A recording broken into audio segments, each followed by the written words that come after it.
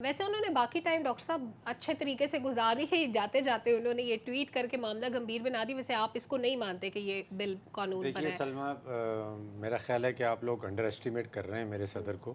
ان کے وہ کہتے ہیں کہ ڈینٹسٹ تو نہیں لے کے دکھانے کے دانت اور ہیں اور کھانے کے اور ہیں. ان کے دکھانے کے دانت اور ہیں اور کھانے کے دانت اور ہیں. میرے ذہن میں ایک مختلف ایشو ہے. میرے ذہن میں یہ ایشو ہے کہ ہم نے پریزیڈنٹ ایک رکھا کیوں ہوا ہے.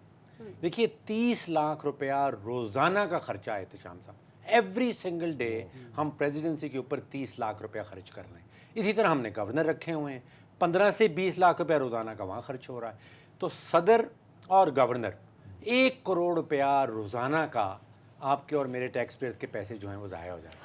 کام ان کا کچھ بھی نہیں ہے، آئین میں ان کے پاس کوئی پاور نہیں ہے، سیریمونیل سی پوزیشن ہے. ایک غریب ملک ہونے کے ناطے ہم نے پریزیڈنٹ اور گورنر کے عہدے کیوں رکھے؟ ہٹا دیں، کام چلے گا. کام چلتا رہے گا، دنیا بھر کا کام چل رہا ہے. دیکھیں نا، یہ تو آلریڈی کام کوئی نہیں کر رہے ہیں. ڈاکٹر صاحب بتا دیں یا کہیں کہ جی آپ کا کوئی رول ایسا نہیں بنتا، بجٹ ڈراسٹیکلی کٹ کر دیں. شام صاحب کام نہ کرنا اور کام ڈالنا دو مختلف چیزیں نہیں، ایک پنجابی جسی تو کہتے کام پانا، جی جی وہ کہہ رہے ہو. بالکل. دیکھیے میں تو وہ 1 کروڑ روپیہ بچانے کے چکر میں ہوں. جو پاکستان، جب آئین میں کوئی رول نہیں ہے، جب ان کے پاس پاور نہیں ہے، وہی کام کرنا جو پرائم منسٹر نے بھیجا، تو پھر پرائم منسٹر ہی رکھ لیں. صدر کی ضرورت کیا ہے؟ اب پھر سوچئے کہ صدر بنتا کون ہے ہمارے یہاں؟ جو سیاسی جماعت جیت کے آتی ہے، وہ جس کو نوازنا چاہتی ہے اس شخص کو وہ بنا دیتی ہے. پھر وہ نیوٹرلٹی کا ایکسپیکٹ بھی ختم ہو جاتا ہے. پھر آپ کی جو پارلیمانی خود مختاری ہے وہ کمپرومائز ہو رہی ہے. پارلیمنٹ نے ایک لا پاس کر کے بھیج دیا ہے، صدر کے پاس کوئی طاقت نہیں ہے. یہ ہم نے شرط کیوں رکھی ہوئی ہے کہ صدر وہاں بیٹھے گا، 30 لاکھ روپے روزانہ کا خرچے گا، اور پھر وہ سائن کرے گا یا نہیں کرے گا، اس نے اسینٹ کیا یا نہیں کیا، اس کے اپنے سٹاف نے اس کو دھوکہ دیا یا نہیں دیا. چھوڑ دیں. یہ اس بحث سے ہی نکل آنا چاہیے. صدر کا عہدہ ختم کر دیں، گورننس کا عہدہ ختم. ڈاکٹر صاحب کا مطلب یہ ہے کہ یہ صدر اور گورننس نہیں ہوں گے تو پیسے بچیں گے، ہمارے بھی کچھ کمی آئے گی. احتشام صاحب، ویسے ماضی میں ہم نے کبھی سنا نہیں کہ صدر کے ساتھ ہینڈ ہو گیا ہو کہ وہ کہ میں نے یہ کہا ہے اور آگے ایگزیکیوٹ ہی نہیں ہوا. اگر انور صاحب کے ذہن میں یہ بات آ سکتی ہے کہ ایف آئی اے کو انویسٹیگیٹ کرنا چاہیے، وہ تو صدر پاکستان ہے، وہ تو طریقہ کار جانتے ہیں، ایجنسیز موجود ہیں.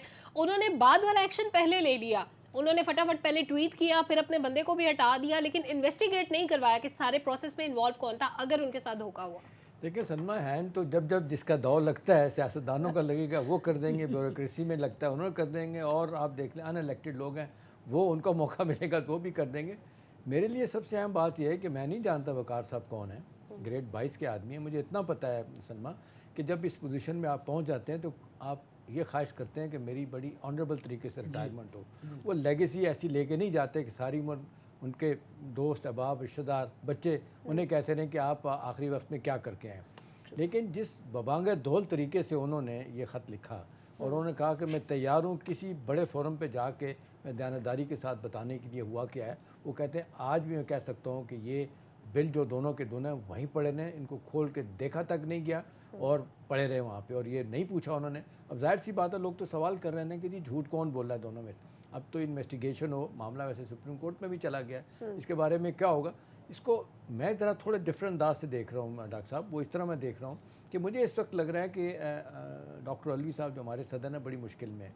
وہ اپنی سیاسی بقا کی جنگ بھی اس اسٹیج پہ لڑ رہے ہیں. ان کو شاید وہ رفیق تارڑ صاحب سابق صدر مرحوم جو ہے ان کا سلسلہ یاد ہے کہ کس طریقے سے مشرف صاحب نے ان کو سائیڈ لائن کیا تھا، ان کو جانا پڑا تھا. ویسے تو وہ نہیں ہو سکتا، وہ وقت چلا گیا. لیکن ایک چیز بڑے واضح طور پہ سامنے آئی ہے کہ اب وہ چاہتے اس وقت یہ ہے کہ انہوں نے اب ریٹائرمنٹ کے بعد کہاں جانا ہے. ایک تو ان کو لگ رہا ہے کہ یہ کسی کو نہیں پتا کہ الیکشن کب ہونے ہیں. ہم تو روز سنتے ہیں کہ جی ویسے تو 90 دن ہیں اور نومبر میں الیکشن ہونے چاہیے، لیکن کہا جا رہا ہے جی 120 دن بھی ہو سکتے ہیں. الیکشن کمیشن بھی یہی بات کر رہا ہے کہ تقریباً 120 دن، اس کے بیونڈ بھی معاملہ جا سکتا ہے، اس کا بھی نہیں پتہ.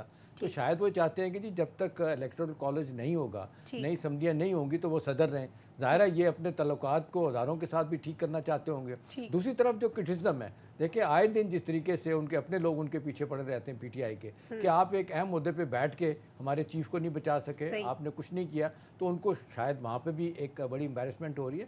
لیکن آخری بات سلمہ یہ ہے کہ انٹرنیشنل سطح پہ یہ جو ریڈیکیول اور امبیرسمنٹ ہمیں اس واقعے سے ہو رہی ہے، بہت سے لوگوں نے بہت سے اخبارات باہر کے دیکھیں، اس میں جو کچھ لکھا جا رہا ہے یہ بڑا افسوسناک ہے، اور لوگ یہ کہہ رہے ہیں کہ بنانا ریپبلک سے بھی ہم آگے چلیں گے، یہ اس طرح جینے کا کوئی طریقہ نہیں ہے۔ اتنے ہائیسٹ لیول پہ جا کے اگر الوی صاحب اس طرح کی باتیں کریں گے تو ریٹائرمنٹ کے بعد وہ لوگوں کو کیا منہ دکھائیں گے؟